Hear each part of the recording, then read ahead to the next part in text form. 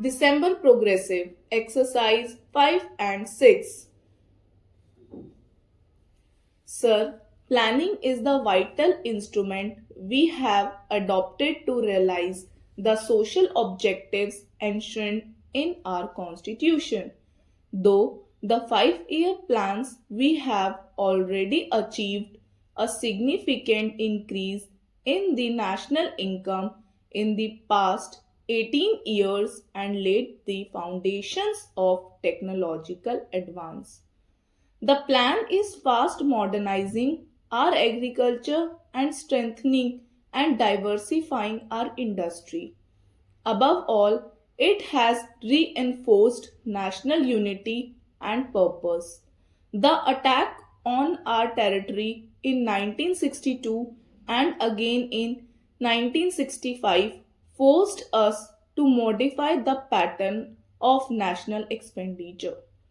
Before we could reconcile the competing claims of development and defense drought stuck us. Foreign credits became uncertain, reconciliation followed. All these serious restricted our freedom of choice. We had to divert our energies to fight drought and near famine and their aftermath. For some time, long-term planning had to be virtually suspended, but we succeeded in turning adversity to good use. We concentrated on import substitution, which further enlarged our industrial base. This, along with the need for more foreign exchange, but us on the path of a more fruitful export drive. We maintained our investment in development work, especially in intensive agricultural programs. A new period has now opened.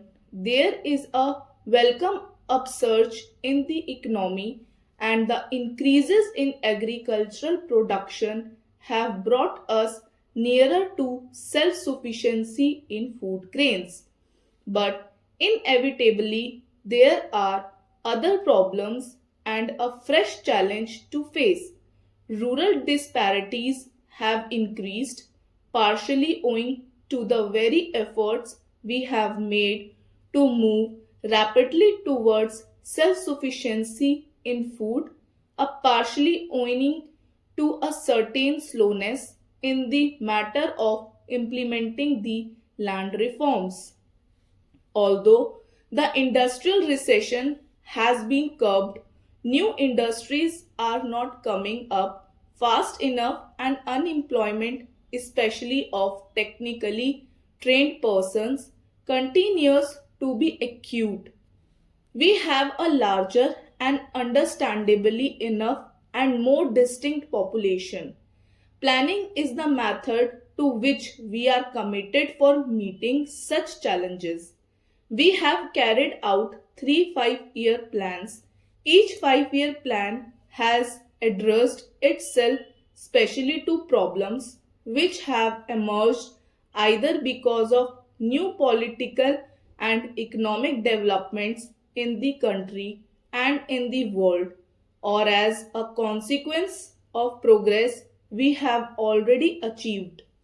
The priorities and the emphases have necessarily changed and have had to be adjusted from plan to plan, but we have always kept in view our long-term objectives and their achievement.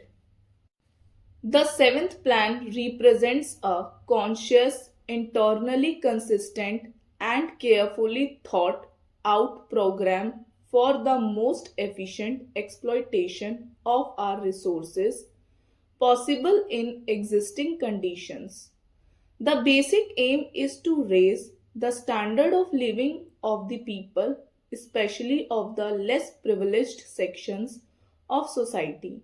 Our planning should be result not only in an integrated process of increased production but rational distribution of the added wealth.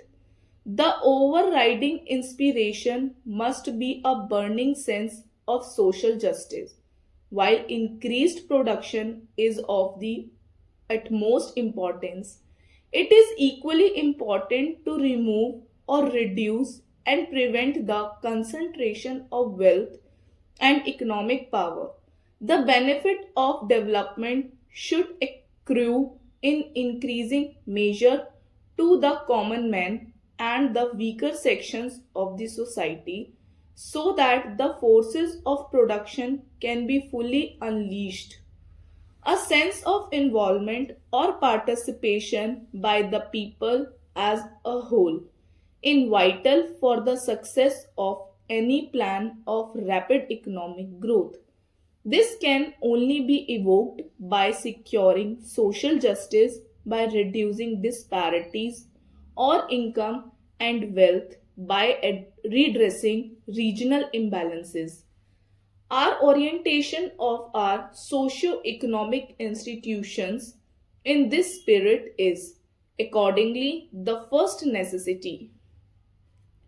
1 year of this plan has already gone by between the draft plan and the present document.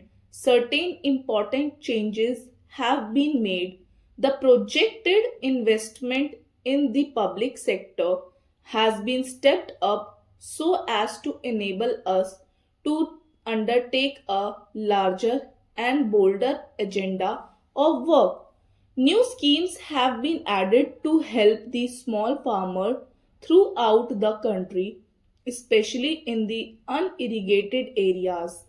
The emphasis is squarely on areas that have hitherto suffered from neglect of transport and housing problems in urban region will receive more attention.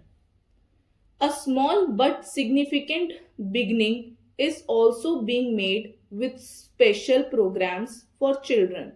The seventh plan thus provided a necessary corrective to the earlier trend which helped particularly the stronger sections in agriculture as well as in industry to enable them rapidly to enlarge and diversify the production base.